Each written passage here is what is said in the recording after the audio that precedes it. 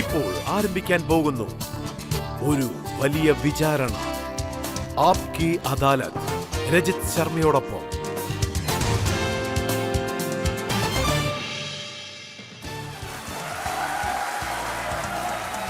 നമസ്കാരം. ആപ്കി അദാലത്തിലേക്ക് നിങ്ങളെ സ്വാഗതം ചെയ്യുന്നു.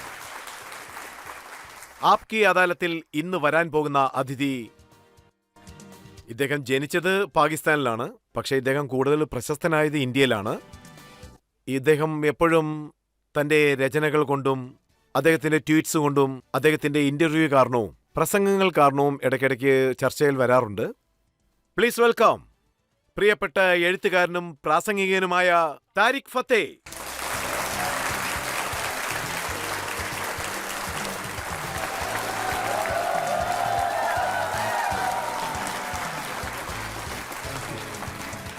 ആപ്കി അദാലത്തിൽ ഇന്ന് നമ്മുടെ ജഡ്ജി പ്രസിദ്ധനായ പത്രപ്രവർത്തകൻ രാഹുൽ ദേവാണ്.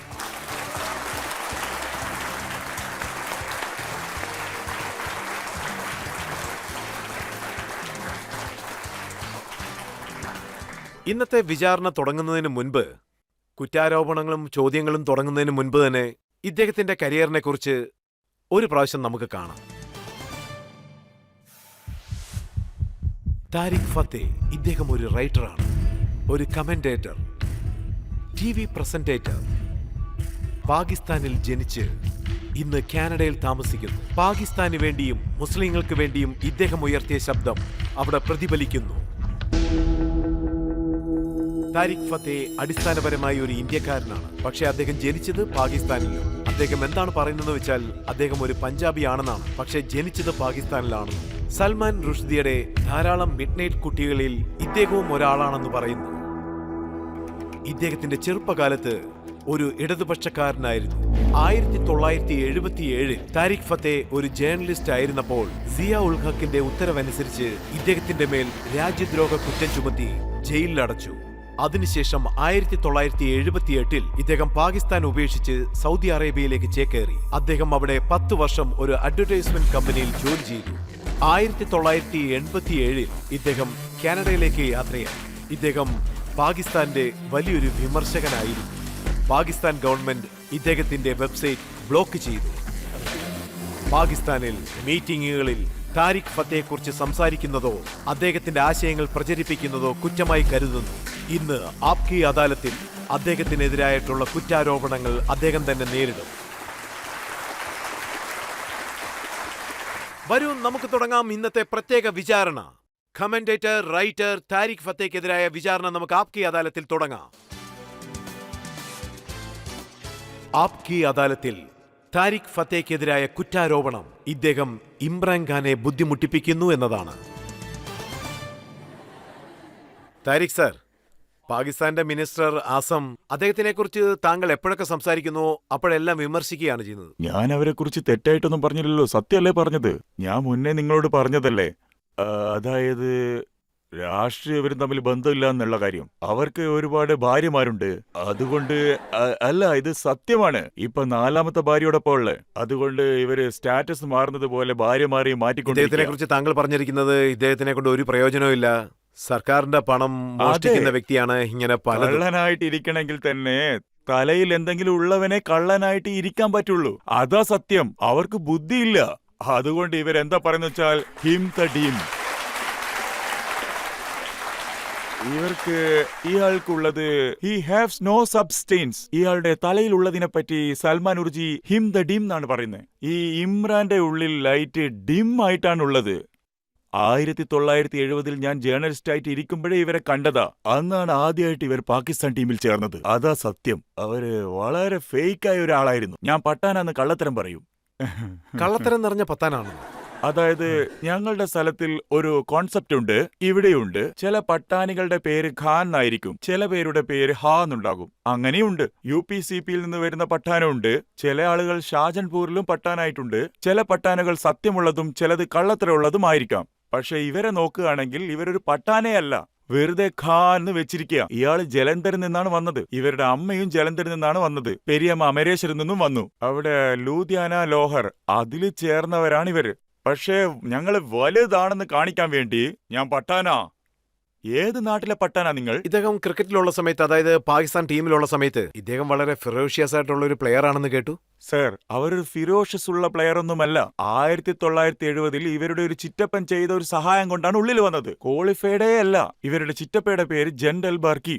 ജൻഡൽ ബാർക്കിയുടെ സഹായം കൊണ്ടാണ് ഇവർ ടീമിന്റെ ഉള്ളിലേക്ക് വന്നത്. ഇയാൾക്ക് അറിയുന്ന 2 പാകിസ്ഥാനി ഫാസ്റ്റ് ബൗളർമാരുണ്ട്, ആസിഫ് മസൂദ്, സർഫറസ് നവാസ്. പിന്നെ ഒരു കസിൻ ഉണ്ടായിരുന്നു, മാജിദ് ഖാൻ. അവര് ആ സമയത്ത് ക്യാപ്റ്റനായിരുന്നു. അതുമാത്രമല്ല, ദഹീർ അബ്ബാസിന്റെ കാലത്തുള്ളതാ. ബായ് ഫോഴ്സ് ചെയ്തുകൊണ്ടാണ് ക്രിക്കറ്റിന്റെ ഉള്ളിലേക്ക് വന്നത്. അത് ഞങ്ങൾ പാകിസ്ഥാനിൽ ബവ എന്നാണ് പറയുന്നത്. ഈ ആറ്റം ബോംബിന്റെ ബവ അല്ല, ഇത് വേറെയാ. അതുകൊണ്ടാണ് ഇവര് ടീമിന്റെ ഉള്ളിലേക്ക് വന്നത്. ഫോർ ദി ഫാസ്റ്റ് 3-4 മാച്ചസ് ഇയാൾക്ക് ലയൺ ലെങ്ത് വിക്കറ്റ്സ് എന്താന്ന് പോലും അറിയില്ല. ഒരാൾക്ക് വീണ്ടും വീണ്ടും ചാൻസ് കിട്ടുന്നെന്ന് വെച്ചാൽ എന്തെങ്കിലുമൊക്കെ ചെയ്യണമല്ലോ അല്ലേ? ഇവർ വെളുത്തിട്ടാണ്, നല്ല ഉയരമുണ്ട്, ആന്റിമാരൊക്കെ ഫാനായിട്ടുണ്ടായിരുന്നു എല്ലാ സ്ഥലത്തും. ഇമ്രാൻ ഖാൻ പറഞ്ഞുകൊണ്ട് എനിക്ക് നന്നായിട്ട് ഓർമ്മയുണ്ട്. അദ്ദേഹത്തിന്റെ ടീഷർട്ടിൽ എഴുതിയിരുന്നു big boy play at night എന്ന്. ഞാൻ എന്താ പറയണ്ടേ? പിന്നൊരു കാര്യം എന്തെന്ന് വെച്ചാൽ, ഇവരുടെ wife Begum, one of this wife Rahim Khan, ഒരു പുസ്തകം എഴുതിയിട്ടുണ്ട്. അവരുടെ പേര് റഹീം ഖാൻ തന്നെ വിചാരിക്കുന്നു. ഇവരുടെ ഫേവറേറ്റ് ആയ മിഡ് നൈറ്റ് ഹാബിറ്റ്സ് എന്താന്ന് വെച്ചാൽ, അത് അവരുടെ വൈഫ് ആ പുസ്തകത്തിൽ എഴുതിയിട്ടുണ്ട്. ഞാൻ വായിച്ചിട്ടുണ്ട്. This man is completely at loss of any intellect that is available. Tariq sir, എന്ത് വേണമെങ്കിലും ആയിക്കോട്ടെ, പാകിസ്ഥാനിലെ പൊതുജനങ്ങൾ അദ്ദേഹത്തെ തെരഞ്ഞെടുത്തിരിക്കുകയാണ്. ഇലക്ഷൻ നടന്നിരിക്കുന്നു. പറഞ്ഞതാരാ? പാകിസ്ഥാനിലെ ജനങ്ങൾ എപ്പോ ആരെയാ തെരഞ്ഞെടുത്തല്ലേ പാകിസ്ഥാനിൽ ഇലക്ഷൻ നടന്നത്? ആ ഇലക്ഷനിൽ അവിടെ എപ്പോഴാണ് സർ ഇലക്ഷൻ നടന്നത്? ഞാനൊരു 2 ഗ്രൂപ്പിന്റെ പേര് പറയാം. അവിടെ അവര് മാത്രമാണ് വോട്ട് ചെയ്യുന്നത്. ഇങ്ങനെയൊക്കെ ചെയ്താൽ ഞാൻ തന്നെ പ്രൈം മിനിസ്റ്റർ ആവൂലേ? കാശുണ്ടായാൽ മതി.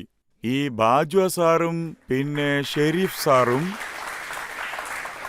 ഇവിടെ നോക്ക്, പാകിസ്ഥാന്റെ elected prime minister Nawab Sharif.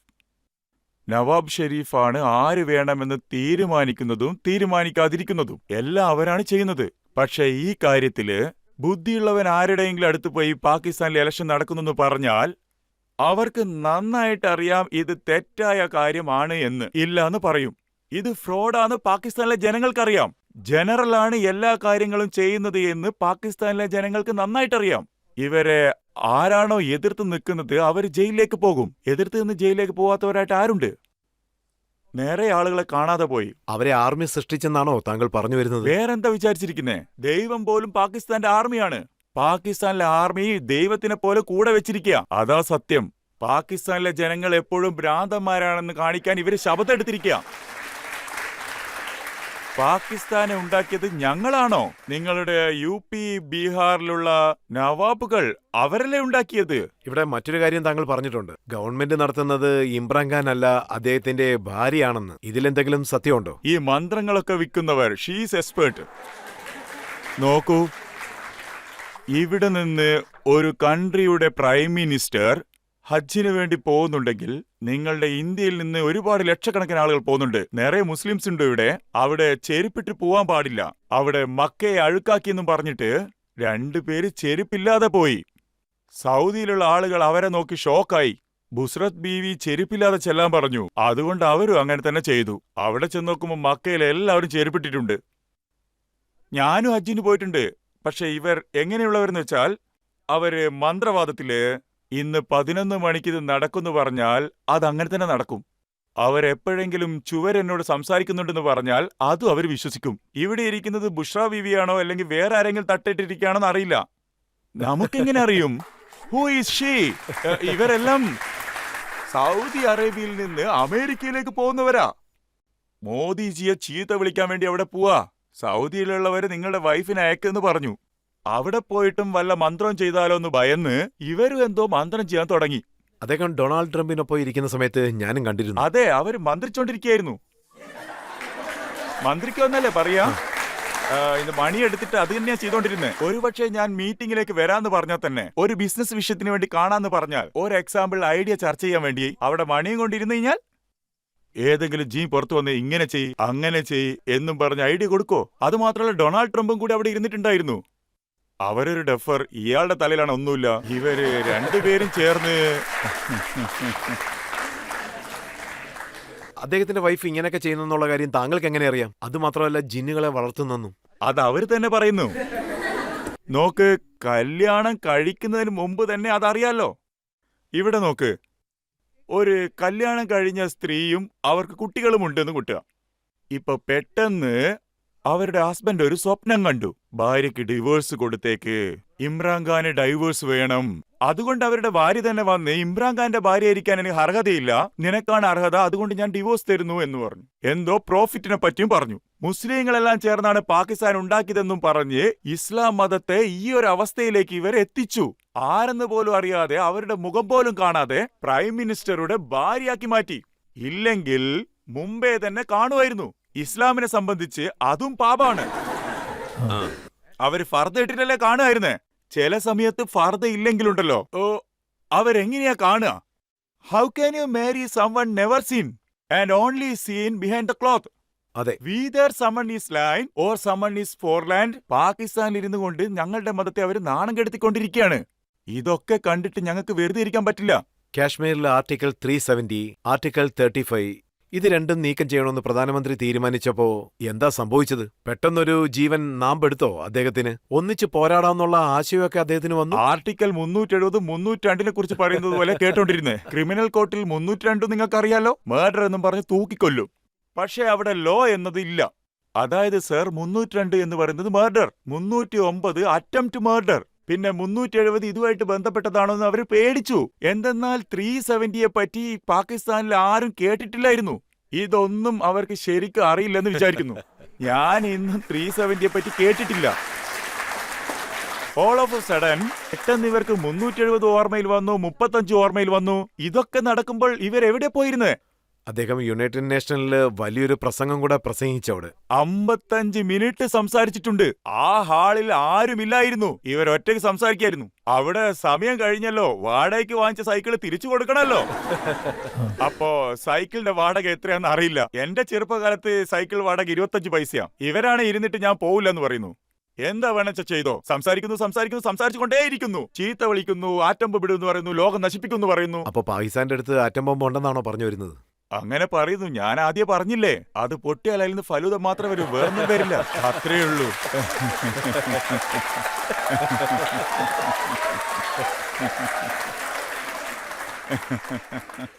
അവിടെ ഒന്നുമില്ല സർ. ഞാനൊരു കാര്യം പറയാം, കേട്ടോളൂ. ഇപ്പൊ മിനിസ്റ്ററുടെ പോക്കറ്റില് ചെറിയ ചെറിയ 1/4 കിലോ 1/2 കിലോ അതുപോലുള്ള ബോംബ് വെച്ചിട്ടുണ്ട്. അവൻ എങ്ങനെയാണ് ആറ്റം ബോംബിനെ പറ്റി അറിയാ? അദ്ദേഹമാണ് പറഞ്ഞത് 1/4 കിലോ 1/2 കിലോ ആ സൈസിലൊക്കെ ബോംബൊക്കെ ഉണ്ടെന്ന്. ആദ്യമായിട്ട് ആറ്റം ബോംബ് എത്ര വലുതാണെന്ന് പോയി കണ്ടു. എന്താ ഇത് ഇത്ര ചെറുതായിട്ടിരിക്കുന്നു, ശരി വലുതായി കളയാന്ന് വിചാരിച്ചു. അങ്ങനെ വിചാരിച്ച അവരിപ്പോ സംസാരിക്കുന്നത് പോലും വി ഹാവ് നോ ക്ലൂ. നിങ്ങൾ അവർ മിനിസ്റ്റർ സംസാരിക്കുന്നത് കേട്ടിട്ടുണ്ടോ? അത് ഇമ്രാൻഖാൻ ഒരു ഹോളോ ഡ്രമ്മാന്ന് വിചാരിക്കാം. ഈ മിനിസ്റ്റേഴ്സ് ഒക്കെ സൈഡിലിരിക്കുമല്ലോ, ചെറിയ ചെറിയ ഡ്രം, അത് ഡ്രമ്മേഴ്സിനറിയാം. ഇവരൊക്കെ ചെറിയ ചെറിയ ഡ്രമ്മാ. ഇവരുടെ തലയിൽ ഒന്നുമില്ല. ഇവരുടെ അടുത്ത് ഗിറ്റാറിസ്റ്റ് ഇല്ല, ബേസ് ഗിറ്റാറിസ്റ്റ് ഇല്ല, പിന്നെ സക്സോഫോൺ പ്ലെയർ പോലും ഇല്ല. ഇവരുടെ അടുത്ത് താളടിക്കുന്ന മുട്ടുന്നവര് മാത്രമേ ഉള്ളൂ. ഇവർക്ക് ഇവരാരെന്ന് പോലും അറിയില്ല. ഇവരൊക്കെ ഇവരുടെ ജന്മഭാഷയെ പോലും വെറുക്കുന്നു. നിങ്ങൾക്കൊരു കാര്യം അറിയോ? പാകിസ്ഥാനിൽ പഞ്ചാബികൾ പഞ്ചാബി ഭാഷ സംസാരിക്കരുത്. ഇതൊക്കെ ആർക്കെങ്കിലും ആലോചിക്കുന്ന കാര്യമാണോ? അവര് പിന്നെ വേറെ എന്ത് ഭാഷ സംസാരിക്കും? ശരി, നമ്മൾ ആരെയാണ് വെറുക്കുന്നത് അവരുടെ ഭാഷ സംസാരിക്കാം. അതാ ഇന്ത്യ, ഹിന്ദു. അവരുടെ ഭാഷ പോലെ ഉറുദു അല്ലേ പറയുന്നേ? ഉറുദുവും വരില്ല, പഞ്ചാബിയും വരില്ല, ഇംഗ്ലീഷും വരില്ല, ഒന്നും വരില്ല. ഇമ്രാൻഖാൻ ഏത് ഭാഷ വേണേലും സംസാരിക്കട്ടെ, പക്ഷെ അദ്ദേഹം പറയുന്നത് എന്താണെന്ന് വെച്ചാൽ കാശ്മീരിന്റെ സന്ദേശം ലോകം മൊത്തം പ്രചരിപ്പിക്കുമെന്ന്. അതായത് കാശ്മീരിലുള്ള ജനങ്ങളെ ഇന്ത്യക്കാർ എത്രത്തോളം ഉപദ്രവിക്കുന്നുള്ള കാര്യം. ഇത് ഞാൻ എല്ലായിടത്തും പറയുമെന്ന്. ആരാണോ കാശ്മീരി അവര് പറയുന്നതാണ് കറക്റ്റാവും. ഇപ്പൊ പാകിസ്ഥാനിലുള്ള ആളുകൾക്കൊക്കെ അവർക്ക് കാശ്മീരി ഭാഷ ഒന്നും വരില്ല. പിന്നെ എങ്ങനെയാ കാശ്മീരി എന്ന് പറയുന്നത്? പഞ്ചാബി അറിയാമെങ്കിൽ മാത്രമേ അവർ പഞ്ചാബി ആവാൻ പറ്റൂ. തമിഴർക്ക് തമിഴ് അറിയണം. ഈ പാകിസ്ഥാൻ കാശ്മീരികൾക്ക് ഒരു കാശ്മീരി ഭാഷ അറിയില്ല. ഇവരെങ്ങനെയാ പിന്നെ കാശ്മീരി ആയത്? അതുമാത്രമല്ല, ഈ പാകിസ്ഥാനിലുള്ള കാശ്മീരികൾക്ക് കണ്ടാ നിങ്ങളത് കണ്ടിട്ടുണ്ട്. അതായത് പാകിസ്ഥാൻ നിയന്ത്രണത്തിലുള്ള കാശ്മീരിലുള്ളവര് കാശ്മീരികളല്ലെന്നാണോ താങ്കൾ പറയുന്നത്? സീറോ. ഇപ്പോഴും ആ കാര്യം ഇന്ത്യക്ക് അറിയില്ല. ശരി, ഒന്ന് പറയാം കേട്ടോ. പാകിസ്ഥാനിലുള്ള ആളുകൾ കാശ്മീരികളോട് സംസാരിക്കുമെങ്കിൽ വിളിക്ക്, സംസാരിക്കാം. ഞാനും സംസാരിക്കാം. അവരെന്താ പറയാന്നറിയോ? ട്രാൻസ്ലേറ്ററിനെ കൂട്ടിയിട്ട് വാ, ഞങ്ങൾക്കൊന്നും അറിയില്ല എന്ന്. This is India's weakness. Do not do your strength. People in Pakistan occupied Kashmir to be free of Pakistan. Tariq sir, അതായത് അവര് സ്ട്രൈക്ക് ഒക്കെ ചെയ്തിരുന്നില്ലേ? സർജിക്കൽ സ്ട്രൈക്കില് വീട്ടിനകത്ത് കയറി അടിച്ചില്ലേ? ആ വീണ്ടും തിരിച്ചു വന്നില്ലേ? ഇതില് വീരസം പറയാൻ എന്താ ഉള്ളേ? സിന്ധു നദി ഇല്ലാതെ ഇന്ത്യ പൂർണ്ണമാവില്ല. സമ്മതിക്കുമല്ലോ അല്ലേ? നിങ്ങൾ ആരെങ്കിലും ഈ സ്ഥലം തിരിച്ചു താന്ന് പറഞ്ഞോ? ഇല്ലല്ലോ. മോഹൻജുദാരോ താ, ഞങ്ങളുടെ തക്ഷശില താ, ഹരപ്പാവോ താ. ലോഹർ രാമന്റെ മകന്റെ നാടാ. അതാണ് പാകിസ്ഥാനി അവരുടെ ഉള്ളിൽ വെച്ചിരിക്കുന്നേ.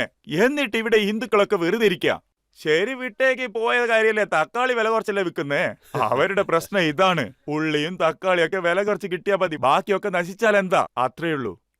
ഞങ്ങളെ കയ്യിലേക്കൊന്ന് തന്നു നോക്ക്. പാകിസ്ഥാനിലുള്ള എല്ലാ മുസ്ലിങ്ങളെയും ഞങ്ങൾ ശരിയാക്കും. എങ്ങനെയെങ്കിലും ബൊലോച്ചുവിന് സ്വാതന്ത്ര്യം നേടിക്കൊടുത്ത് പഞ്ചാബികൾക്ക് ഖലിസ്ഥാൻ കൊടുത്തേക്കാം. അവര് തന്നെ എല്ലാ കാര്യം നോക്കിക്കോളും. ഒരു സത്യം പറയാം, ഹിന്ദുസ്ഥാനിലെ ഓരോ കോണും ഇന്ത്യക്കാരുടെ സ്വന്താണ്. ആ സൈഡിൽ അഫ്ഗാനിസ്ഥാൻ, അതിന്റെ താഴെ ബലോചിസ്ഥാൻ. അത്രയേ ഉള്ളൂ. Problem solve. പക്ഷേ ഇവിടെ നോക്കുകയാണെങ്കിൽ ഷെയ്ഖ് റഷീദിനെ പോലുള്ള മിനിസ്റ്റേഴ്സ് ഉണ്ട്. അവര് യുദ്ധം എന്ന് പറഞ്ഞ് പേടിപ്പിക്കുക. ഇപ്പൊ യുദ്ധത്തിനുള്ള തീയതിയും കുറിച്ച് കഴിഞ്ഞിരിക്കുക. അവർക്കും മന്ത്രവാദം തേരിയുന്ന ഭാര്യയുണ്ടോ എന്തോ. അവരുടെ വീട്ടിൽ എന്താ നടക്കുന്നത് എനിക്കെങ്ങനെ അറിയാനാ? ഈ ഷെയ്ഖ് റഷീദ് 1968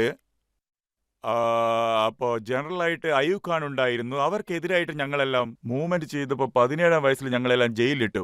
ആ സമയത്തൊക്കെ ഞാൻ ഒരുപാട് പേടിച്ചിരുന്നു. പക്ഷെ ഈ ഷെയ്ഖ് റഷീദ് അയൂബ് ഖാന്റെ സപ്പോർട്ടിലായിരുന്നു ഉണ്ടായിരുന്നത്. അദ്ദേഹം ചൈന നിങ്ങളെ സപ്പോർട്ട് ചെയ്യുന്നതായിട്ടും പറയുന്നു. ഈ ചൈന 10 ലക്ഷം മുസ്ലിങ്ങളെ പിടിച്ചുകൊണ്ടുവന്ന് പന്നിക്കറിയും കൊടുത്തിട്ട് നിങ്ങളെ ഡാൻസ് കളിക്കാൻ പറയും. Then 1 million Muslims in concentration camp. നിങ്ങൾ എപ്പോഴെങ്കിലും ഡൽഹിയില് ഇന്ത്യൻ മുസ്ലിംസിനെ എപ്പോഴെങ്കിലും ചൈനീസ് എംബസിയുടെ മുമ്പ് കണ്ടിട്ടുണ്ടോ? ഇല്ല, കണ്ടിട്ടില്ല. നമ്മളെല്ലാവരും പാലസ്തീനാണല്ലോ പറയാറ്. നമ്മുടെ ബുദ്ധി എത്ര അളവിലാണെന്ന് നിങ്ങളെന്നെ നോക്ക്. ഇവിടെ 10 ലക്ഷം മുസ്ലിങ്ങളെ പ്രിസന്റില് കോൺസെൻട്രേഷൻ ഹാളിൽ വെച്ചിരിക്കുക. അവനാണ് നമ്മുടെ സ്നേഹിതൻ. ലോകത്തിലെ എല്ലാ മുസ്ലിങ്ങളുടെ സ്നേഹിതൻ ചൈന. അവൻ ചേരിപ്പോണ്ടടിക്കുക. പക്ഷെ അറേബ്യക്കാർ നമ്മളെ ഗുണമില്ലാത്തവരെന്ന് പറയുന്നു. തുർക്കി നമ്മളെ റിപ്പോർട്ട് ചെയ്യുന്നു. പക്ഷെ ഇന്ത്യ, പ്രോഫിറ്റ് മുഹമ്മദിന്റെ കുട്ടികൾ ഇവിടെ ജീവിച്ചുകൊണ്ടിരിക്കുന്നു. അവരാണ് ആദ്യത്തെ പള്ളി കെട്ടിയത്. അതുകൊണ്ട് അവരെ വെറുക്കുന്നു. ഇതെന്താ നിങ്ങൾ തന്നെ പറ. താങ്കൾ പറഞ്ഞതുപോലെ ചെയ്യുകയാണെങ്കിൽ പാകിസ്ഥാൻ ഓരോരോ ഭാഗങ്ങളായിട്ട് പോയില്ലേ? മുമ്പേ തന്നെ അതായി കഴിഞ്ഞു. ഇത് നിങ്ങൾക്കറിയില്ലായിരുന്നോ? ഇവിടെ നോക്ക്, ഇൻഷാ അല്ലാ ഇനിയും 20 വർഷത്തിന് ബലൂസ്താന് സ്വാതന്ത്ര്യം കിട്ടും. സിന്ധു ഇല്ലാതെ ഇന്ത്യ ഇന്ത്യയായിട്ടിരിക്കില്ല. ഹിന്ദു എന്ന കാര്യം സിന്ധുവിൽ നിന്നാ വന്നത്. പിന്നെ ഇന്ത്യ ഇൻഡസിൽ നിന്ന് വന്നു. ഹിന്ദുസ്ഥാൻ ഇൻഡസിൽ നിന്നാണ് വന്നത്. നമ്മൾ ജനിച്ചത് മോഹൻജുദാരോയില്. ഇവര് ഗംഗ യമുനയുടെ ഒക്കെ ആചാരത്തെ പറ്റി പറയുന്നു. ഇതൊക്കെ ഉറുദു സംസാരിക്കുന്നവരുടെ ഫ്രാഡാ. എന്താചാരം അവർക്ക്? ആചാരം നിറഞ്ഞ വാക്കേയില്ല. അതാ സത്യം.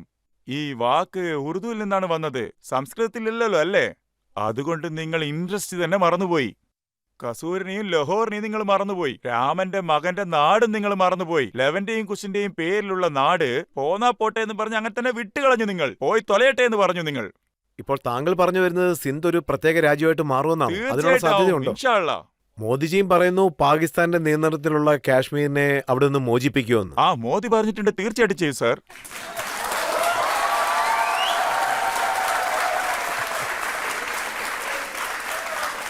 ഇപ്പൊ നമുക്ക് ചെറിയൊരു ഇടവേള എടുക്കാം. ഇടവേളയ്ക്ക് ശേഷം ആപ്കി അദാലത്തിൽ ഇദ്ദേഹത്തിനുള്ള ചോദ്യശരങ്ങൾ നമുക്ക് എയ്യാം. കാത്തിരിക്കുക. ഇത് പറ്റുമെങ്കിൽ ദ എൻഡ് ഓഫ് സിവിലൈസേഷൻ. ഇന്ത്യയുണ്ടെങ്കിൽ ഈ ലോകം ഉണ്ടാകൂ. പിന്നെ ഇന്ത്യ ഇല്ലെങ്കിൽ ഓവർ. നിങ്ങൾ തന്നെ നോക്കിക്കോ.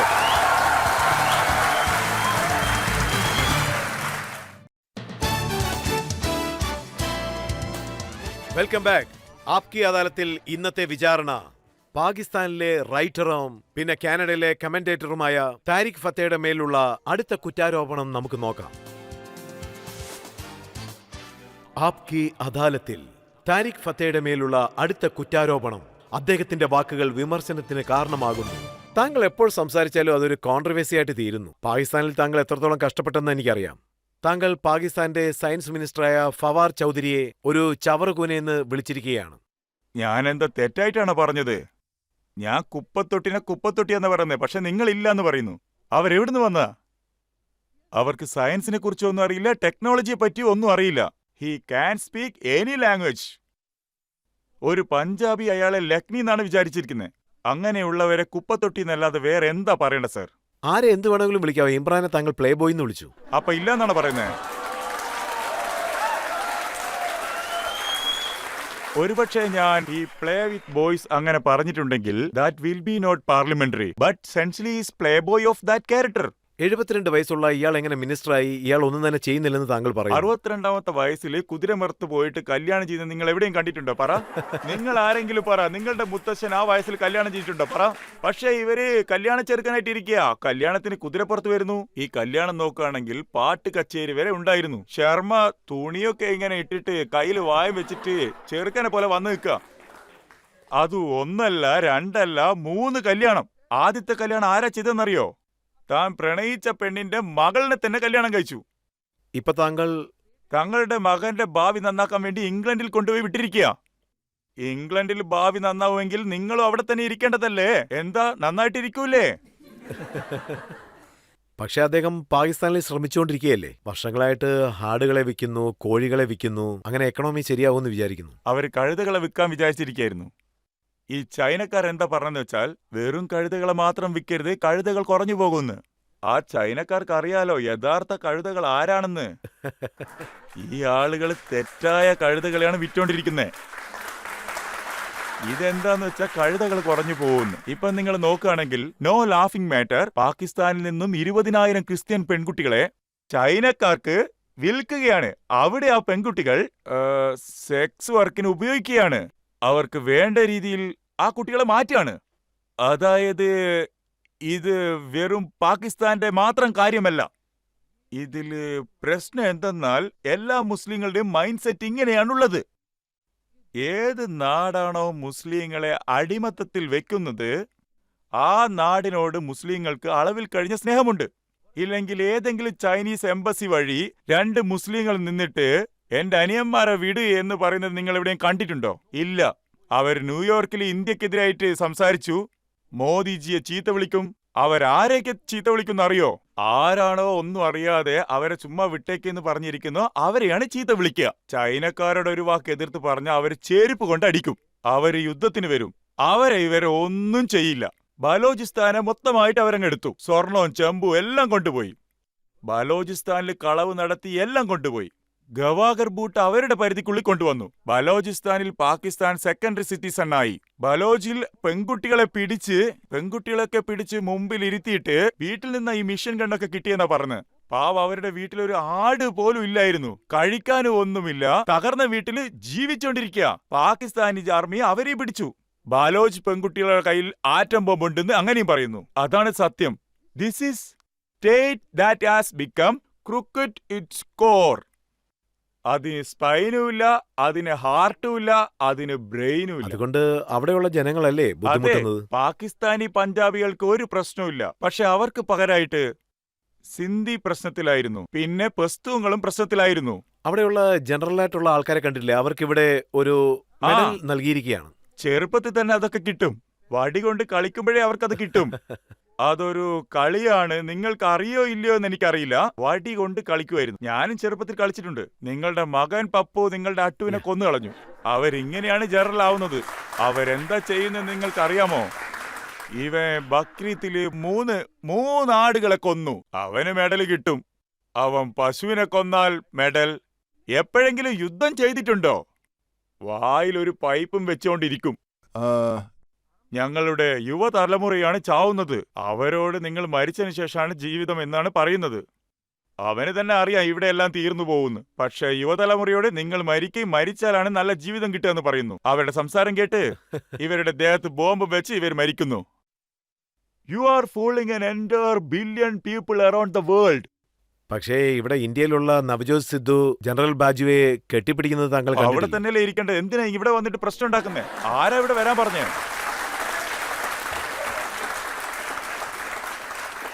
There is nothing. അവര് പറയുന്നതിൽ ഒരു വാർത്ത പോലും സത്യമല്ല.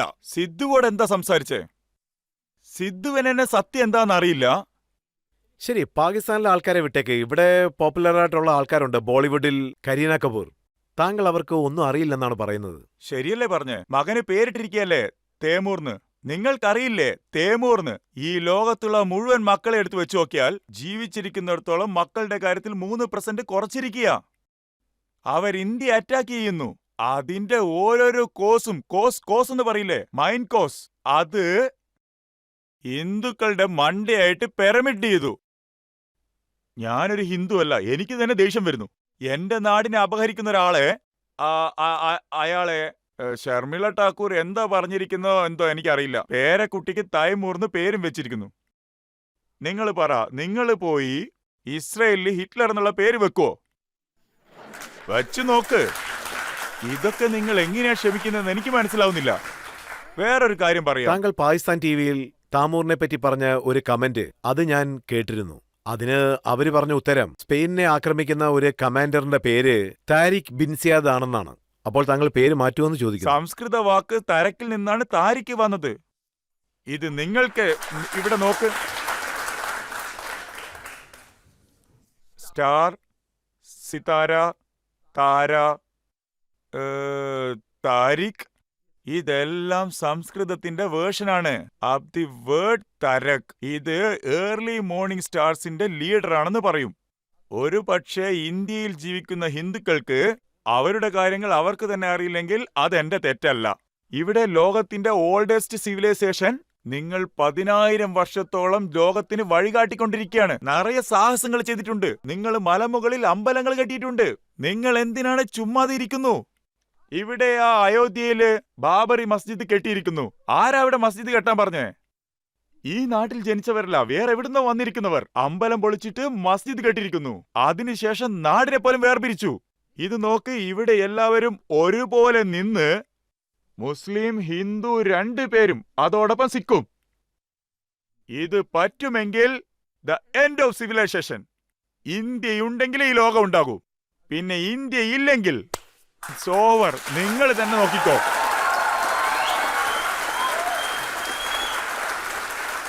അതായത് നമ്മൾ നമ്മുടെ നാട്ടിൽ ആരെയൊക്കെ വരവേറ്റിട്ടില്ല പറ? ഇറാനിൽ അറബികൾ ജുറാസിയൻസിനെ അടിച്ചടിച്ച് തകർത്തുകൊണ്ടിരിക്കുമ്പോ അപ്പൊ ഇന്ത്യ പോലും പറഞ്ഞു നിങ്ങൾ ഇങ്ങോട്ട് വാ എന്ന്. വേണ്ട, ഞങ്ങളെ കൊണ്ട് പ്രശ്നം ഉണ്ടാവും പറഞ്ഞു. ഇതെങ്കിലും വാങ്ങിക്കോ എന്ന് പറഞ്ഞു. ലോകത്തിലെ ആദ്യത്തെ മസ്ജിദ് എവിടെയാ കെട്ടിയത്? അറബി നാട്ടിലാണോ കെട്ടിയത്? ഇറാനിലാണോ കെട്ടിയത്? Not even in Arabia. ഇവിടെയാണ് കെട്ടിയത്, മലബാറില്. കൊച്ചിയുടെ അടുത്താ കെട്ടിയത്, പേരറിയില്ല. കേരളത്തിലാണ് കിട്ടിയത്. പഴയൊരു മുസ്ലിം അതാണ് ആദ്യത്തെ മസ്ജിദ്. പക്ഷെ ഒരു മുഗളൻ പോലും അവിടെ പോയിട്ടില്ല. APJ അബ്ദുൽ കലാം അവിടെ പോയിട്ടുണ്ട്. പ്രസിഡന്റ് ആയിരിക്കുമ്പോ അവര് പോയി കണ്ടിട്ടുണ്ട്. താങ്കൾ ഔറംഗസീബ് എന്നുള്ള റോഡിന്റെ പേര് മാറ്റണമെന്ന് പറഞ്ഞതായിട്ട് കേട്ടു. അതെ, ഞാൻ എവിടെയൊക്കെ ഔറംഗസീബ് എന്ന് എഴുതിയിട്ടുണ്ടോ അവിടെയൊക്കെ മൂർദാവ എന്ന് എഴുതാൻ ആഗ്രഹിക്കുന്നു. അതിനുശേഷം ഈ MP ആണ് നിർത്തിവെച്ചത്. വേണ്ട, കുട്ടികളൊക്കെ കൊന്നുകളിയെന്ന് പറഞ്ഞു. കൂടെ 10 വോളണ്ടിയർ കുട്ടികളുണ്ടായിരുന്നു. എല്ലാവരും മുസ്ലിംസാ. എവിടെയൊക്കെ ഔറംഗസീബ് എന്ന് എഴുതിയിട്ടുണ്ടോ അതൊക്കെ മായ്ച്ചു കളയണം. ദാ ഈ ആള് ഒരു കൊലപാതകി. അച്ഛനെ കൊന്നു, മകനെ കൊന്നു, ഭാര്യയെ റെഡ് ഫോർട്ടിലിട്ട് തൂക്കി എറിഞ്ഞു. സഹോദരന്റെ കഴുത്ത് വെട്ടി ദാരാ ഷീക്കോവിനെയും കൊന്നു. ഇതുവരെ ദാരാ ഷീക്കോ എന്ന് പാകിസ്ഥാനിൽ ഒരാൾ പോലും ദാരാ എന്ന് വെക്കാറില്ല പേര്. എന്തുകൊണ്ട് പേര് ഔറംഗസീബ് എന്ന് വെക്കുന്നത്? What is the stay about S? ഒരേ ഒരു മുഗൾ രാജാവ് തന്നെത്താൻ ഒരു ഇന്ത്യ എന്ന് പറഞ്ഞിരുന്നു. അവർ ഉപനിഷത്തെ വാർഷികത്തിലേക്ക് ട്രാൻസ്ഫർ ചെയ്തു. അത് യൂറോപ്പിലേക്ക് അയച്ച് ഫ്രഞ്ചിലേക്ക് ട്രാൻസ്ഫർ ചെയ്യാൻ പറഞ്ഞു. ലോകം മുഴുവൻ ഹിന്ദുവിന്റെ പ്രധാനപ്പെട്ട ഉപനിഷത്തെ അയച്ചത് ദാരാ ഷിക്കോ. അതുകൊണ്ട് ഔറംഗസീബ് അവരുടെ തല വെട്ടിയിട്ട് അവരുടെ അച്ഛന് കൊടുത്തു. ഔറംഗസീബ് ഹീറോ ആയി. ഇവിടെയുള്ള മുസ്ലിംസ് പറയുന്നു അവരാണ് തലവനെന്ന്. ഇപ്പൊ ആ പേര് മാറിയതുകൊണ്ട് താങ്കൾക്ക് സന്തോഷമായല്ലോ. പിന്നെയും വേറെ 3 പേരുണ്ട്. ഇലാഹാബാദ് എന്നുള്ള പേര് മാറ്റി പരാഗ്രാജൻ എന്നാക്കിയെന്ന് കേട്ടു. തീർച്ചയായിട്ടും. അള്ള നോക്കൂ, മക്കളുടെ പേര് മാറ്റി രാമന്റെ പേരിട്ട് നോക്ക്, അപ്പ അറിയാം. അല്ല, ഇവിടെ ഹിന്ദുസം പവിത്രായിട്ട് കണ്ട് മുന്നോട്ട് വരുമ്പോ നിങ്ങളുടെ പേരാണ് വെക്കാൻ പോന്നേ. ഇതെല്ലാം വെറുതെ നോക്കിക്കൊണ്ടിരിക്കോ? അതുകൊണ്ടാ ഞാൻ തുടങ്ങിയത്. ഞാൻ നിങ്ങളുടെ UP ചീഫ് മിനിസ്റ്ററോട് പോയി പറഞ്ഞതാ. ഞാൻ പോയി പറഞ്ഞു, ഞാൻ ആരംഭിക്കാന്ന് പറഞ്ഞു. ഞാൻ ഹിന്ദു ആയിട്ടും എന്റെ കടമ ചെയ്തു, ഹജ്ജു ആയിട്ടും എന്റെ കടമ ചെയ്തു. ഒരു ഹിന്ദുവായി, ഒരു ഇന്ത്യനായി, ഒരു മുസ്ലിമായി എനിക്കുണ്ടായിരുന്ന എല്ലാ കടമകളും ഞാൻ ചെയ്തിട്ട് വന്നു. ഇപ്പൊ താങ്കൾ ഒരു പാകിസ്ഥാനിയാണോ അതോ മുസ്ലിമാണോ? ഇല്ല, ഞാനൊരു ഇന്ത്യനാ. ഞാനൊരു മുസ്ലിമാ. പക്ഷെ എനിക്ക് ഹിന്ദുസ്ഥത്തെ പറ്റി നന്നായിട്ട് അറിയാം എനിക്ക്. ഒരു ചെറിയ ബ്രേക്ക് എടുക്കും. തീർച്ചയായിട്ടും എടുത്തോളൂ. ഈ കൺട്രിക്ക് തന്നെ ബ്രേക്ക് കൊടുക്ക്. ബ്രേക്കിന് ശേഷം ആപ്കി അദാലത്തിൽ ഇദ്ദേഹത്തിനെതിരായ കുറ്റാരോപണങ്ങൾ നമുക്ക് തുടരാം. ഇതാണ് പാകിസ്ഥാൻ TV ചാനലുകളിൽ പറഞ്ഞുകൊണ്ടിരിക്കുന്നത്. പക്ഷെ അവർ പറയുന്നത് താങ്കൾ എവിടെയാണോ ജനിച്ചത് അവർക്കെതിരായിട്ട് ദ്രോഹം ഞാൻ ചെയ്യുന്നു. സിന്ധിലാണ് ജനിച്ചത്. അദ്വാനി സാറെ പറ്റി നിങ്ങളൊന്നും പറയില്ലല്ലോ. പക്ഷെ താങ്കളുടെ ട്വിറ്റിൽ പറയുന്നുണ്ട് ജയ് ശ്രീരാം വിളിക്കുമെന്ന്. ആ, എനിക്ക് രാമനായിട്ട് എന്ത് പ്രശ്നമുള്ളേ? ഇതൊക്കെ താങ്കൾ ഇന്ത്യയിൽ സിറ്റിസൺ ആകാൻ വേണ്ടി പറയുന്ന കാര്യങ്ങളാണോ? എന്റെ വയസ്സ് 70. നിങ്ങൾ എനിക്ക് പൗരത്വം തന്നാലും ഞാൻ എത്ര നാളുണ്ടാകും?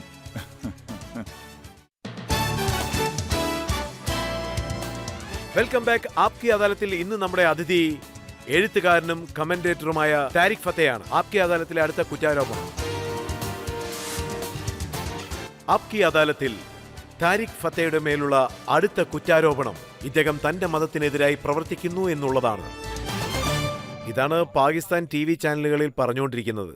പാകിസ്ഥാനിൽ ജനിച്ചു, കറാച്ചിയിൽ പഠിച്ചു, വളരെ നന്നായിട്ട് പഠിച്ചതുകൊണ്ട് സ്കോളർഷിപ്പും ലഭിച്ചു. പാകിസ്ഥാനിലാണ് വളർന്നത്. പക്ഷെ പാകിസ്ഥാനാണ് എല്ലാ പ്രശ്നത്തിനും കാരണമെന്ന് പറയുന്നു. പിന്നെ പാകിസ്ഥാനെ ഞാനാണ് ഉണ്ടാക്കിയത്. ഞാനും അതും തമ്മിൽ എന്ത് ബന്ധമുള്ളത്? ഞാൻ ബൈദബായ് ജനിച്ചത്. പക്ഷെ അവര് പറയുന്നത് താങ്കൾ എവിടെയാണോ ജനിച്ചത് അവർക്കെതിരായിട്ട് ദ്രോഹം ചെയ്യുന്നു എന്ന്. അതായത് ഞാൻ ഇന്ത്യയിലാണ് ജനിച്ചത്. ഞാനൊരു ഇന്ത്യനാണ്. ഞാൻ സിന്ധിലാണ് ജനിച്ചത്. അദ്വാനി സാറെ പറ്റി നിങ്ങളൊന്നും പറയില്ലല്ലോ. ഇതെന്ത് ആശ്ചര്യമാണ്. അദ്വാനി സാർ കറാച്ചിയിൽ ജനിച്ചു, അതുകൊണ്ട് അവർ ഇന്ത്യൻ. ഞാനും കറാച്ചിയിൽ ജനിച്ചു, ഞാൻ ഇന്ത്യനല്ലേ? Karachi was a Hindu majority city. ഇതൊക്കെ താങ്കൾ ഇന്ത്യയിൽ സിറ്റിസൺ ആകാൻ വേണ്ടി പറയുന്ന കാര്യങ്ങളാണോ? പൗരത്വം നോക്കൂ, നിങ്ങൾക്കറിയില്ല. എന്റെ വയസ്സ് 70. നിങ്ങൾ എനിക്ക് പൗരത്വം തന്നാലും ഞാൻ എത്ര നാളുണ്ടാകും? 25 വയസ്സിലാണ് തന്നതെങ്കിൽ ഞാൻ സന്തോഷപ്പെട്ടേനെ. അപ്പോ എതിർത്തേക്കാം. പക്ഷെ ഒരു കാര്യം മനസ്സിലാക്കുക. ഇവിടെ ഒരു ചോദ്യം വന്നില്ല ആന്റി ഇസ്ലാമിനെ പറ്റി. ഞാൻ ഇസ്ലാമിന് എതിരായിട്ട് പറഞ്ഞ ഒരു അറ്റൻസ് ഒന്ന് കാണിച്ചേ. അതിൽ 2 ഇസ്ലാമുണ്ട്. ഒന്ന് അള്ളാഹുടെ ഇസ്ലാമും ഒന്ന് മുള്ളായുടെ ഇസ്ലാമും. ഈ മുള്ള ഇസ്ലാമിൽ ഒരാള് നിന്നിട്ട് നിങ്ങളുടെ മുമ്പിൽ സംസാരിച്ചു കൊണ്ടേയിരിക്കും. അവൻ ഓറഞ്ച് കളറിനെതിരായിരിക്കും, പക്ഷെ അവന്റെ താടി ഓറഞ്ച് കളറായിരിക്കും. ഷേഫ്രോണിലെതിരായിട്ടുണ്ടല്ലോ ചിലർ. പിന്നത്തേത് അള്ളാഹുവിന്റെ മുസ്ലിംസ്, അതായത് അള്ളാഹുടെ ഇസ്ലാം. എന്റെ അമ്മ, മുത്തശ്ശി, ഇവിടെ ഇരിക്കുന്ന ആളുകളെല്ലാം എല്ലാവരും 5 നേരം നിസ്കരിക്കും. ഇവിടെയുള്ള പൊളിറ്റിക്സിനും മുസ്ലിംസിനും ബന്ധമൊന്നുമില്ല. That is a true Muslims. ഇതുകൊണ്ട് ഞാനൊരു കാര്യം പറയാണ്. Please read my book magic illusion of Islamic state. കഫിക് വളർന്നു വരുമ്പോ എവിടെയും മുസ്ലിംസിന്റെ ഫാർമേഷൻ ഇരുന്നതായിട്ട് തെളിവേ ഇല്ല. മദീനയിലിരുന്ന കോൺസ്റ്റിറ്റ്യൂഷൻ മക്കായിൽ അപ്ലിക്കബിൾ അല്ല. മക്കായിലിരുന്ന ലോസ് എല്ലാം അണ്ടർ ദ പ്രോഫിറ്റബിൾ ആയിരുന്നു. ഡിഫറെന്റ്. ബുക്കിൽ പൊളിറ്റിക്കൽ സിസ്റ്റത്തെ കുറിച്ച് പറഞ്ഞു, നമാസെ കുറിച്ച് എങ്ങനെ പഠിക്കണം, ഞാൻ പറഞ്ഞ ഒബ്സർവേഷൻ അതെല്ലാം പറഞ്ഞു. നന്നായിട്ട് പറഞ്ഞു. താങ്കൾ മുസ്ലിങ്ങൾക്കെതിരായി പ്രവർത്തിക്കുന്നില്ലെന്ന് പറയുന്നു, ന്യായത്തിന്റെ സൈഡാന്ന് പറയുന്നു. പക്ഷേ താങ്കൾ ആക്ച്വലി അവർക്കെതിരായിട്ട് തന്നെയാണുള്ളത്. ആരൊക്കെയാണോ ഇസ്ലാമിനെ യൂസ് ചെയ്തുകൊണ്ട് രാഷ്ട്രീയത്തിലേക്ക് വന്നത് അവർക്കെതിരാണ്. നമ്മുടെ നാട്ടിൽ അതുപോലെ നിറയെ പേരുണ്ട്. താങ്കളുടെ ട്വിറ്റിൽ പറയുന്നുണ്ട് ജയ് ശ്രീരാം വിളിക്കുമെന്ന്. അതെന്താ? എനിക്കെന്തുകൊണ്ടത് വിളിച്ചൂടാ? പറയൂ. എനിക്ക് രാമനായിട്ട് എന്ത് പ്രശ്നമുള്ളേ? പറയൂ.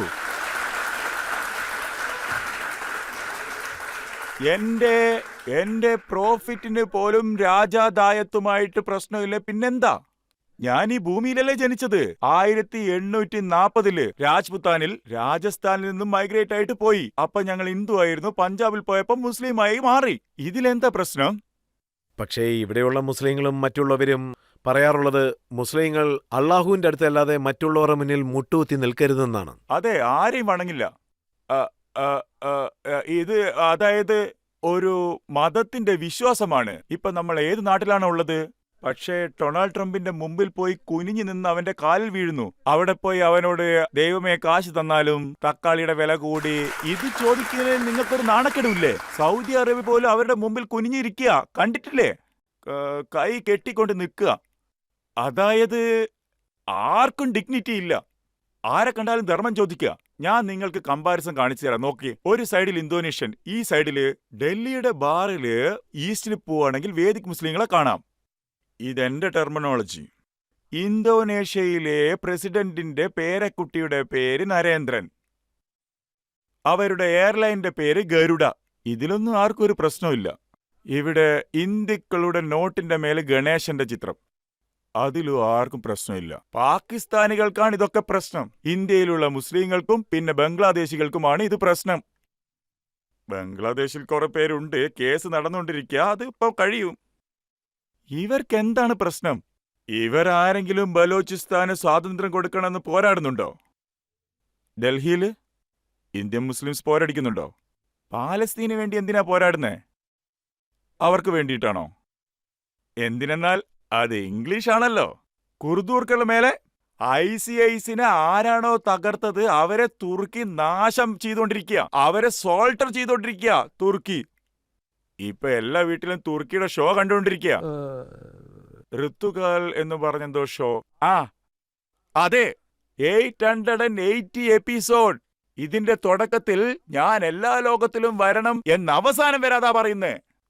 എല്ലാവരും നശിപ്പിക്കുന്നു. പക്ഷെ താങ്കൾ സുപ്രീം കോടതിയിൽ അയോധ്യയിൽ രാമന്റെ അമ്പലം കെട്ടണമെന്ന് പറഞ്ഞപ്പോൾ വളരെ സന്തോഷിച്ചതായിട്ട് അറിഞ്ഞു. അതെ, എന്തുകൊണ്ട് കെട്ടിക്കൂടാ? ആരാണ് ഈ ബാബർ? ബാബർ എവിടുന്നാ വന്നേ?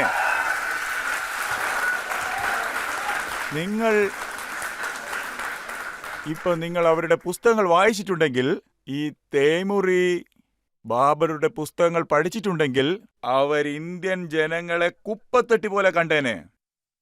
അയാൾ ഇവരെ കറുത്ത കുരങ്ങന്മാരാണെന്ന് പറയുന്നു. അത് നിങ്ങൾ സമ്മതിക്കോ? പോയിക്കോ ഇവിടുന്ന്. നിങ്ങൾ എവിടുന്നാ വന്നെന്നറിയില്ല. കക്കാൻ ഇവർക്ക് വേറെ എവിടെയും കിട്ടിയില്ല. നിങ്ങൾക്കറിയാമോ, ഇവർ ആലോചിച്ചുകൊണ്ടിരിക്കുക കാഫിറുകൾ എവിടെയാ ഉള്ളേന്ന്. ചൈനയിൽ നിറയെ പേരുണ്ടെന്ന് പറഞ്ഞു, പക്ഷെ അവരുടെ അടുത്ത് ഒന്നുമില്ലല്ലോ. വാ നമുക്ക് ഇന്ത്യയിലേക്ക് പോകാന്ന് പറഞ്ഞു. ഇതവരുടെ മാതൃഭാഷയിൽ എഴുതിയിട്ടുണ്ട്. താങ്കൾ ഇങ്ങനെയൊക്കെ സംസാരിക്കുന്നതുകൊണ്ടാണ് പാകിസ്ഥാൻ താങ്കളെ ഇന്ത്യയുടെ ഏജന്റ് ആണെന്ന് വിളിക്കുന്നത്. ആയിക്കോട്ടെ, എന്തുകൊണ്ട് ഇന്ത്യയുടെ ഏജന്റ് ആയിക്കൂടാ? ഞാൻ ഇന്ത്യയുടെ ഏജന്റ് അല്ലാന്ന് എപ്പോഴാ പറഞ്ഞേ?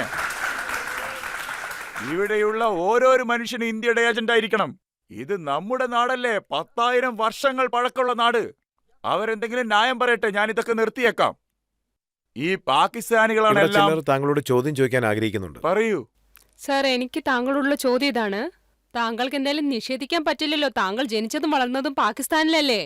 എന്നിട്ട് താങ്കൾ ലോകം മുഴുവൻ പാകിസ്ഥാനെ കുറിച്ച് വളരെ മോശമായിട്ട് പറയുന്നത്, അത് വെച്ചിട്ട് താങ്കൾക്ക് കുറ്റബോധമൊന്നും തോന്നുന്നില്ലേ? പാകിസ്ഥാനെതിരായതുകൊണ്ട് നിങ്ങൾ അത് ആലോചിച്ച് സന്തോഷപ്പെടുകയല്ലേ വേണ്ടത്?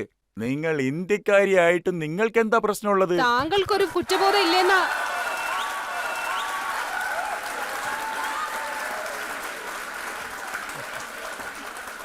സാർ, അത് നിങ്ങളോട് താങ്കൾ ഇന്ത്യക്കാരനായിട്ടാണോ പാകിസ്ഥാനി ആയിട്ടാണോ താങ്കളെ വിശേഷിപ്പിക്കുന്നത്? സിന്ധുവിലുള്ളവനെ നിങ്ങൾ ഹിന്ദുസ്ഥാനി എന്നെല്ലാം എങ്ങനെ പറയും? സിന്ധുവിലുള്ള എല്ലാവരും ഹിന്ദുസ്ഥാനികളാണ്. ഓക്കേ സാർ, ശരി.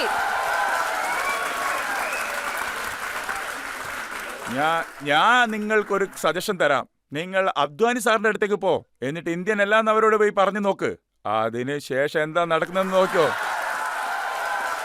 താങ്കൾ ഇന്ത്യൻ ആയതിൽ എനിക്ക് വളരെ നന്നായിട്ട് തോന്നുന്നു. ശരി. പറഞ്ഞെന്ന് വെച്ചാ ശരി. ഞാൻ ഇന്ത്യയെ കുറിച്ച് വളരെ പ്രൗഡാണ്. തീർച്ചയായിട്ടും വേണം. താങ്കൾക്ക് ഈ യോഗിജി മോദി സർക്കാരിനൊപ്പം കുറെ സ്ഥലങ്ങളുടെ പേര് മാറ്റിയതിൽ താങ്കൾക്ക് എന്ത് തോന്നുന്നു? അതെ മാറ്റിയിട്ടുണ്ട്. താങ്കളുടെ കണ്ണിൽ ഇത് ശരിയാണെന്ന് തോന്നുന്നുണ്ടോ? ഇത് ശരിയായ കാര്യല്ലേ? നമ്മൾ കുട്ടിക്കാലം മുതലേ ഒരു പേര് വിളിച്ചോണ്ട് വന്നിരുന്ന സ്ഥലത്ത് ഇപ്പൊ എന്റെ ഒരു അറിവ് വെച്ച് നോക്കുകയാണെങ്കിൽ അവിടെ ഇപ്പൊ അതായത് മാറ്റം മുഗൾ വരുത്തിയിരിക്കുന്നത്. രാജാക്കന്മാരുടെ പേരെന്ന് പറയും. എനിക്ക് മനസ്സിലായി. നോക്കൂ, ലോകത്തിലെ ഏറ്റവും വലിയൊരു യൂണിവേഴ്സിറ്റി ഉണ്ടായിരുന്നു. അതിന്റെ പേര് നളന്ദ യൂണിവേഴ്സിറ്റി.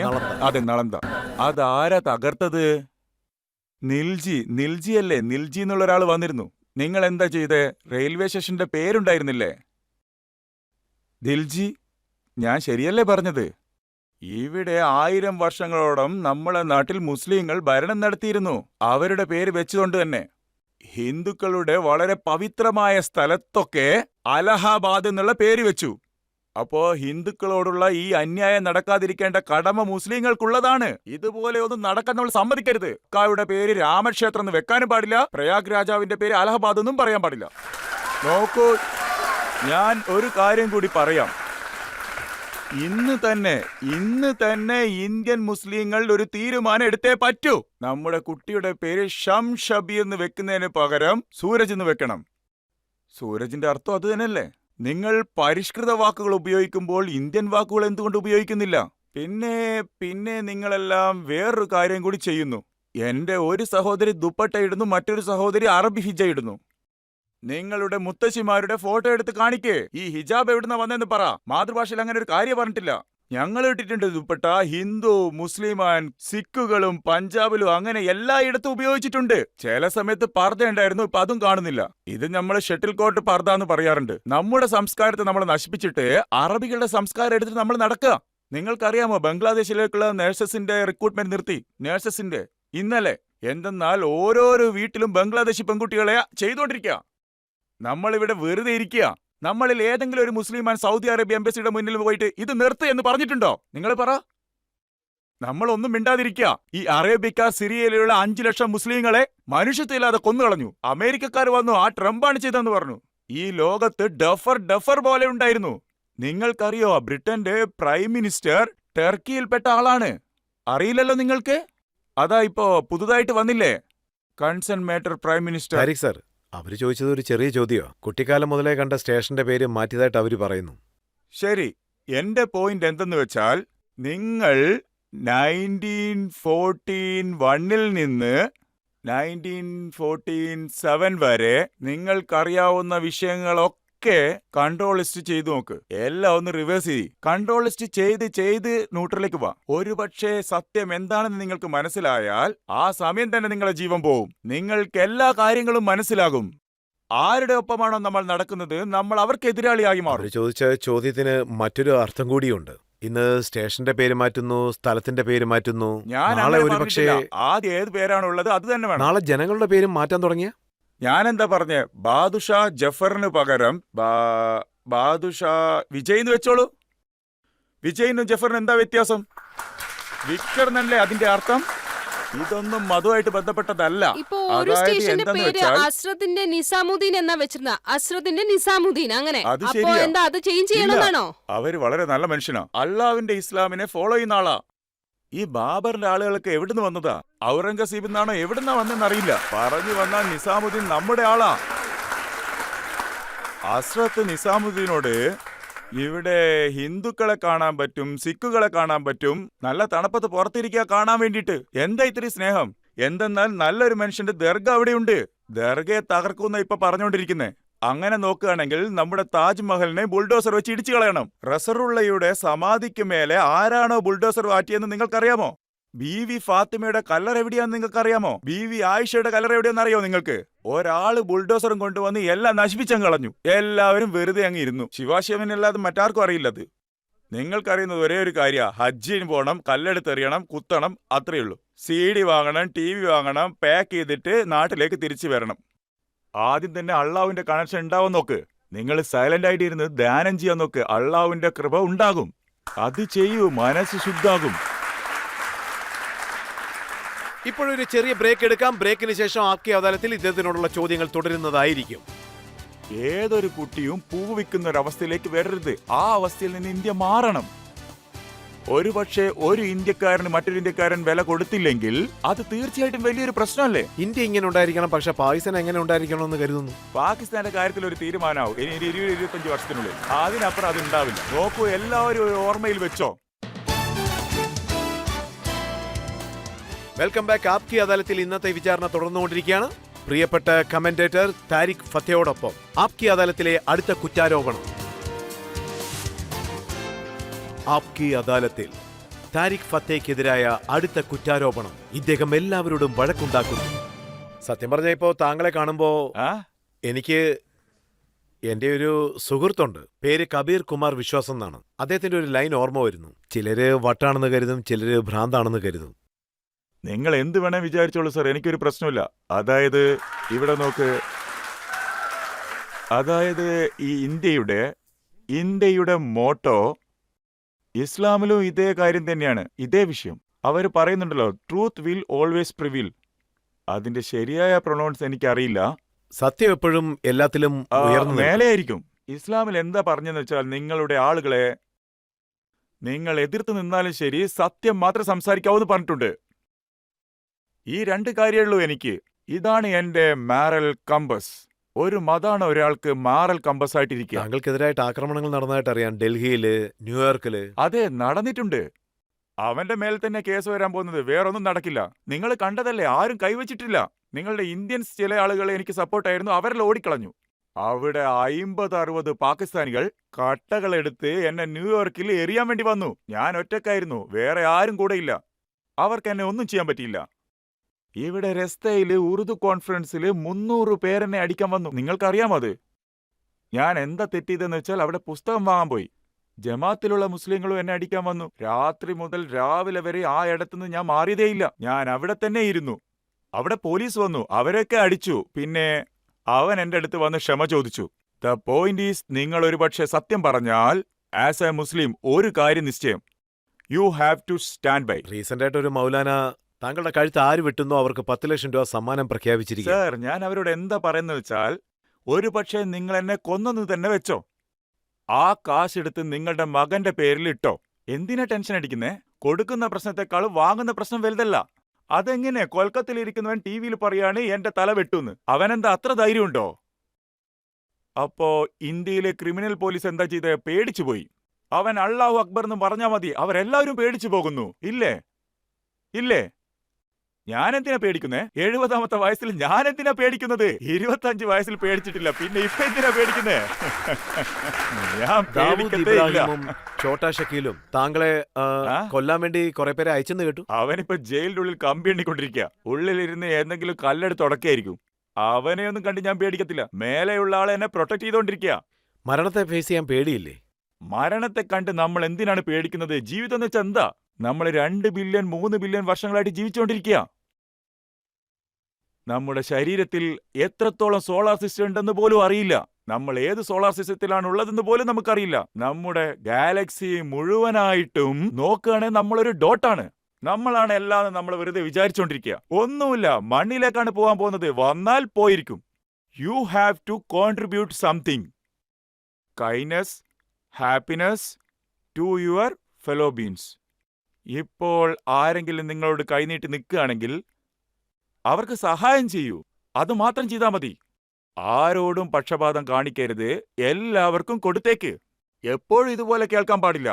എന്തിനാ കാശ് ചോദിക്കുന്നത്? നിനക്കെന്തെങ്കിലും ഭക്ഷണം വേണോ? ബിരിയാണി വാങ്ങിത്തരാമെന്ന് പറയണം. ഇതിന്റെ പേര് സേവയല്ല. സേവയെന്ന് വെച്ചാൽ എന്താണെന്നറിയുമോ? ജിഹാദ് ചെയ്യുന്ന ആൾക്കാർ മരിച്ചുപോയാണെങ്കിൽ അത് ദേശം തന്നെ ആഘോഷിക്കുമെന്ന് കേട്ടു. അവർക്ക് തന്നെ കിട്ടുമെന്ന് അറിയില്ല.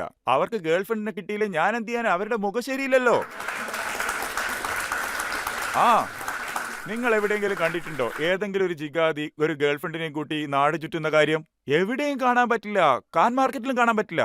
അവന്റെ മുഖം വളരെ വൃത്തികെട്ടതാണ്. വലിയ മീശയും വലിയ താടിയൊക്കെ വെച്ചിരിക്കുന്നവൻ. അവനോട് ഏതെങ്കിലും പെണ്ണ് എന്നെ ഡേറ്റിങ്ങിന് കൂട്ടിപ്പോന്ന് പറയോ? No, they are always unfortunate ugly people who do not know there is no such thing. ഇത്രയുള്ളൂ. Life end. പോയി തിരിച്ചു വാ. ഇല്ലെങ്കിൽ അത്രയുള്ളൂ.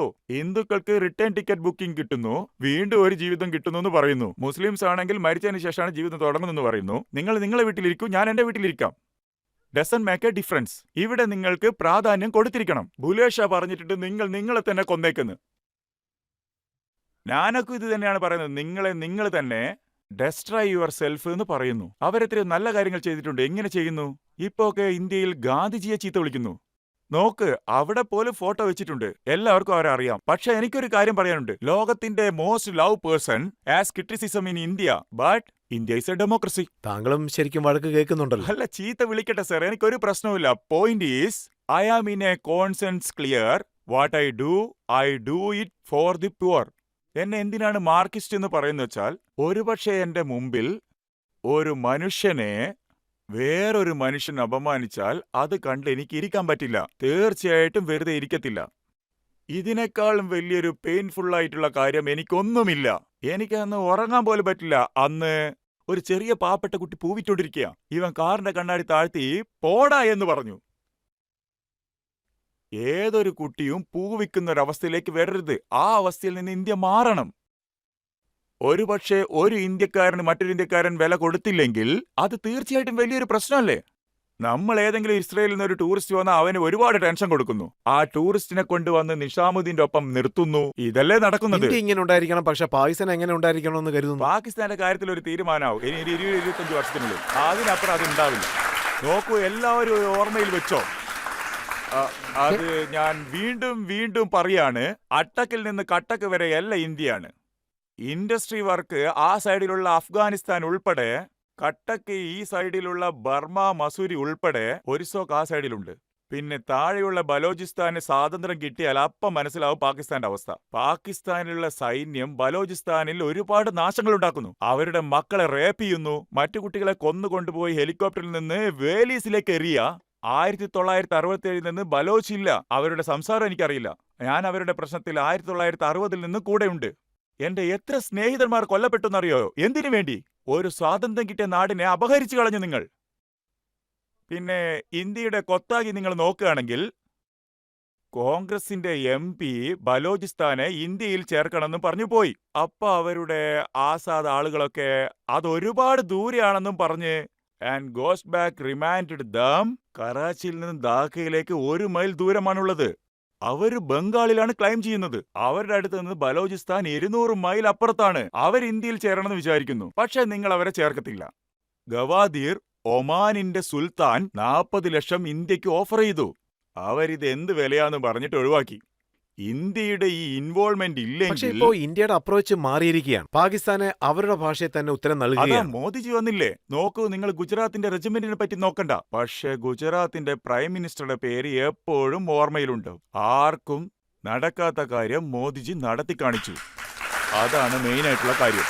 നിങ്ങൾ അവർക്ക് വോട്ട് ചെയ്യോ ചെയ്യാതിരിക്കോ, you have to salute him. അദ്ദേഹം UN കാണിച്ച ആ ക്യാരക്ടർ ഇമ്രാൻഖാൻ അങ്ങനെ സംസാരിച്ചതിന് ശേഷം ഡിഡ്ന്റ് ഈവൻ അഡ്രസ് ഹിം. പക്ഷെ അവരുടെ കൂടെ സ്പോർട്സ് പേഴ്സൺ എന്നൊരു പെൺകുട്ടി ഉണ്ടായിരുന്നു. അവർക്ക് സംസാരിക്കാൻ അവസരം കൊടുത്തു. അവരാ ഇമ്രാൻഖാനെ നാണം കെടുത്തി പച്ചക്കറി അരിയുന്നത് പോലെ അരിഞ്ഞ് കറിയുണ്ടാക്കി അതുപോലെയൊക്കെ അങ്ങ് ചെയ്ത് പുറത്തേക്ക് എറിഞ്ഞു. And he will not survive. നോക്കിക്കോ, അവര് വീണ്ടും കല്യാണം കഴിക്കും. നോക്കിക്കോ. ആദ്യമായിട്ട് ഇമ്രാൻഖാനെ കുറിച്ചാണ് ആ പറയുന്നത്. ഇപ്പൊ പോലും അവൻ ഏതെങ്കിലും പെണ്ണ് കാണാൻ പോയിട്ടുണ്ടാവുന്ന വിചാരിക്കുന്നേ. അതാ അദ്ദേഹം വീണ്ടും സത്യം. വിവാഹം കഴിക്കുമെന്നാണോ പറയുന്നത്? എന്തുകൊണ്ട് ചെയ്യില്ല പറ? അവർക്കറിയുന്ന കാര്യം പോലും അതാ. എന്തുകൊണ്ട് ചെയ്യില്ല?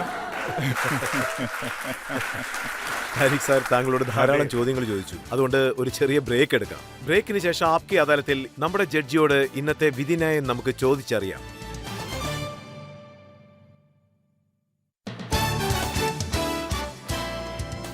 Welcome back. ഇന്ന് നമ്മൾ താരിഖ് ഫത്തേക്കെതിരായിട്ടാണ് വിചാരണ നടത്തിയത്. താരിഖ് ഫത്തേയോട് നമ്മൾ ഇമ്രാൻഖാനെ കുറിച്ച് ചോദിച്ചു, പാകിസ്ഥാനെ കുറിച്ച് ചോദിച്ചു, മുസ്ലിങ്ങളെ കുറിച്ച് ചോദിച്ചു, ഇന്ത്യയെ കുറിച്ചും ചോദിച്ചു.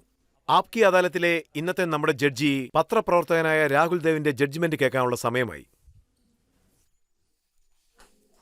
താരിഖ് ഫത്തേഹ് ഒരു വ്യത്യസ്തനായ മനുഷ്യനാണ്. നമുക്ക് എല്ലാവർക്കും അത് അറിയാം. ഇന്ത്യ, പാകിസ്ഥാൻ, ഇസ്ലാം, ഇന്ത്യൻ, പാകിസ്ഥാനി, മുസ്ലിങ്ങളെപ്പറ്റി നിങ്ങളുടെ കയ്യിൽ ഒരു വ്യത്യസ്തമായ അണ്ടർസ്റ്റാൻഡിംഗ് ആണുള്ളത്. അത് അദ്ദേഹം നന്നായിട്ട് തന്നെ മനസ്സിലാക്കിയിട്ടുണ്ട്. ഇതിനെപ്പറ്റി അദ്ദേഹത്തിന്റെ കാഴ്ചപ്പാട് വളരെ വ്യത്യസ്തമാണ്. ഇദ്ദേഹം വളരെ ധൈര്യശാലിയാണ്. അപകടം സംഭവിക്കുമെന്ന് അറിഞ്ഞിട്ടും ഒട്ടും ഭയപ്പെടാതെ തനിക്ക് ശരിയെന്ന് തോന്നുന്നത് അദ്ദേഹം സംസാരിക്കും. പ്രശ്നങ്ങൾക്ക് വ്യത്യസ്തമായ പരിഹാരങ്ങൾ നിർദ്ദേശിക്കും. പക്ഷേ തുടർച്ചയായിട്ട് ചർച്ചയാകുന്ന വിഷയങ്ങളെയും തുടർച്ചയായിട്ട് വിവാദമാകുന്ന കാര്യങ്ങളും സംസാരിക്കുന്നതുകൊണ്ട് ഇദ്ദേഹത്തിന്റെ തീവ്രമായ ആ ഭാഗം കുറച്ച് ദുർബലമാവുകയാണ്. നീതിപീഠം അദ്ദേഹത്തെ നിരപരാധിയെ വിട്ടേക്കാം. പക്ഷേ ഒരു ഉപദേശം തരാൻ ഞാൻ ആഗ്രഹിക്കുകയാണ്. അദ്ദേഹം പറയുന്ന കാര്യങ്ങളിൽ തീവ്രത അധികമായിട്ട് കാണിക്കുകയാണെങ്കിൽ അദ്ദേഹത്തിന്റെ വാക്കുകൾ കൂടുതൽ ആളുകളിലേക്കും കൂടുതൽ ദൂരങ്ങളിലേക്കും എത്തിച്ചേരും.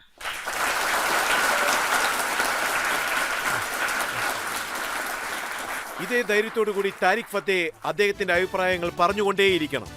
ലോകത്തിന്റെ മുന്നിൽ തന്റെ ആശയങ്ങൾ പറയുമെന്നുള്ള വിശ്വാസത്തോടുകൂടി ഇന്നത്തെ വിചാരണ ഞങ്ങൾ അവസാനിപ്പിക്കുന്നു. അടുത്തതായി മറ്റൊരു അതിഥിയോടൊപ്പം നിങ്ങളെ വന്ന് കാണുന്നതായിരിക്കും. അതുവരെ കാത്തിരിക്കുക. നന്ദി.